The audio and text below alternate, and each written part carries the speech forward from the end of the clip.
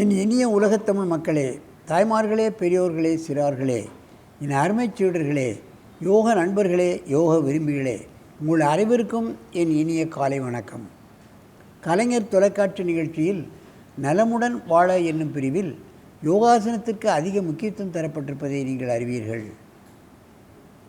ஏன் முக்கியத்துவம் தரப்பட்டிருக்கிறது என்பதை சொல்லி ஆகிவிட்டது.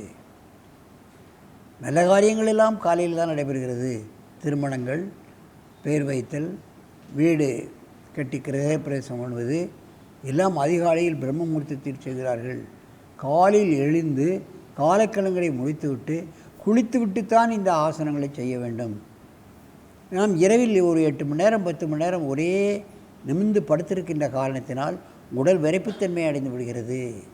குளித்து விட்டால் அந்த விரைப்புத்தன்மை குறைந்துவிடும், ஆசனம் செய்வதற்கு எளிதாகிவிடும் என்பதை நீங்கள் தெரிந்து கொள்ள வேண்டும். அந்த நிலையில் இன்றைக்கு நமக்கு சாய் யோகா மையம் கரசங்கால் காஞ்சிபுரம் மாவட்டத்திலிருந்து எனது சீடர் ராஜகோபால் அவர்கள் 2 மாணவர்களை இங்கே அழைத்து வந்திருக்கிறார்கள். தாரிகா ஆசினி 6ஆம் வகுப்பு, ஜாஜான் குமார் 4ஆம் வகுப்பு இங்கே வந்திருக்கிறார்கள். யோக நித்திரை அற்புதமான ஆசனத்தை செய்யப் போகிறார்கள். என் அருமை மாணவர்களே, நீங்கள் பத்மாசனத்தை கலைத்துவிட்டு அந்த யோக நித்திரைக்கு வாருங்கள், பார்க்கலாம். ரைட்.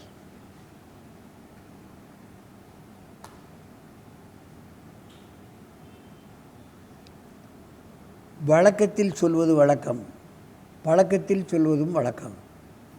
கால் வலிக்கிறது என்றால் காலை தூக்கி தோளில் போட்டுக்கொள் என்று சொல்வார்கள். நமது முனிவர்களுக்கு காட்டில் ஈச்சர் கிடையாது. கொஞ்சம் வயதானவர்களுக்கெல்லாம் பழைய காலத்தில் நம்ம வீட்டில் ஈச்சர் ஒன்று இருக்கும், அதில் தான் படுத்திருப்பாங்க. நித்திரை செய்வார்கள், தூங்குவார்கள், இளைப்பாறுவார்கள். நமது முனிவர்களுக்கு காட்டில் ஏது ஈச்சர், இதே அவர்கள் போட்டு யோக நித்திரையை மேற்கொள்வார்கள். இது ஒன்றும் அவ்வளவு லகுவான ஆசனம் கிடையாது, கடினமான ஆசனம். காலங்காலமாக நெடுங்காலமாக செய்தால்தான் இந்த ஆசனம் வரும். சிறுவர்கள் உடல் இளக்கமாக இருக்கின்ற காரணத்தினால் இந்த ஆசனத்தை அற்புதமாக அசாதாரணமாக செய்துவிட்டார்கள். பல்லாயிரக்கணக்கான நன்மைகளை தரக்கூடிய அற்புதமான ஆசனம். நோயே அவர்களுக்கு வராது. அவர்கள் ஆயுள் 100ஐ தாண்டுவார்கள். எல்லா விதமான நன்மைகளும் கிடைக்கும். யோக நித்திரை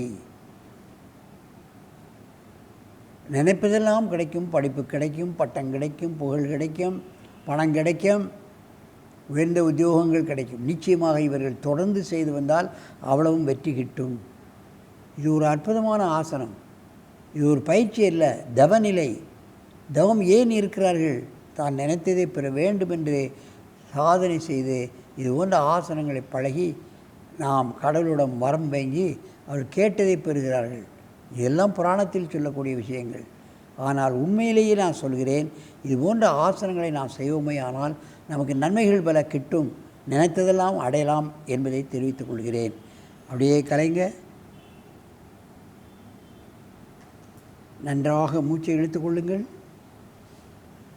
இங்கே தலையை வைத்து அங்கே கால் நீட்டுங்கள். அப்படியே டேர்ன் பண்ணு.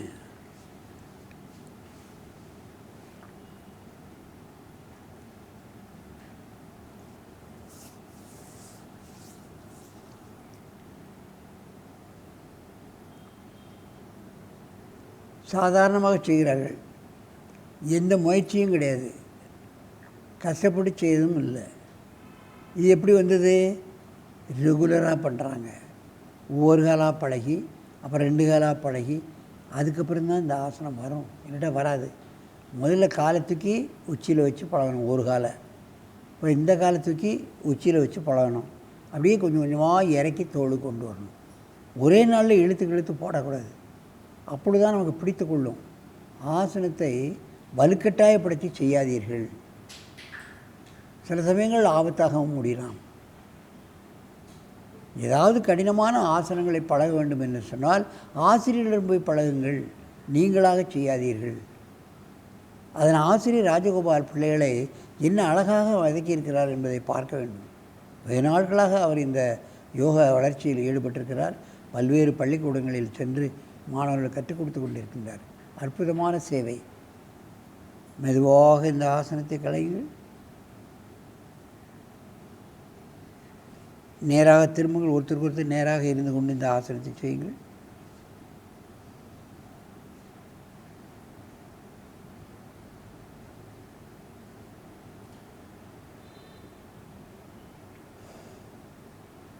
அவர்கள் முகத்தை பாருங்கள். இந்த ஆசனத்தை செய்த இந்த கடினமும் தெரியல. பல்ல கடித்து கொண்டோ கண்ணை எரிக்கி கொண்டோ அவர்கள் செய்யவில்லை. அப்படியே அமைதியாக செய்து கொண்டிருக்கிறார்கள். அந்த ஆசனத்துடைய முழு பலனையும் அவர்கள் என்ஜாய் பண்ணி கொண்டிருக்கிறார்கள், அனுபவித்து கொண்டிருக்கிறார்கள். இந்த ஆசனம் செய்து முடித்து அப்படியே படுத்து விட்டால் எவ்வளோ நேரம் வேண்டுமானாலும் இதில் இருக்கலாம் என்று நமக்கு தோன்றும்.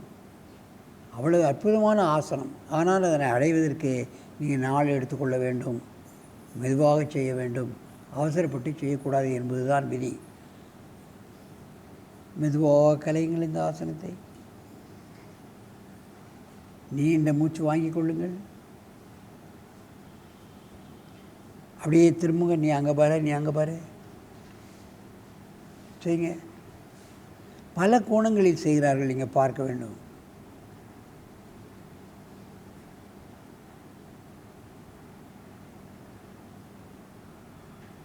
ஆண்களும் இந்த ஆசனத்தை செய்கிறார்கள், பெண்களும் இந்த ஆசனத்தை செய்கிறார்கள்.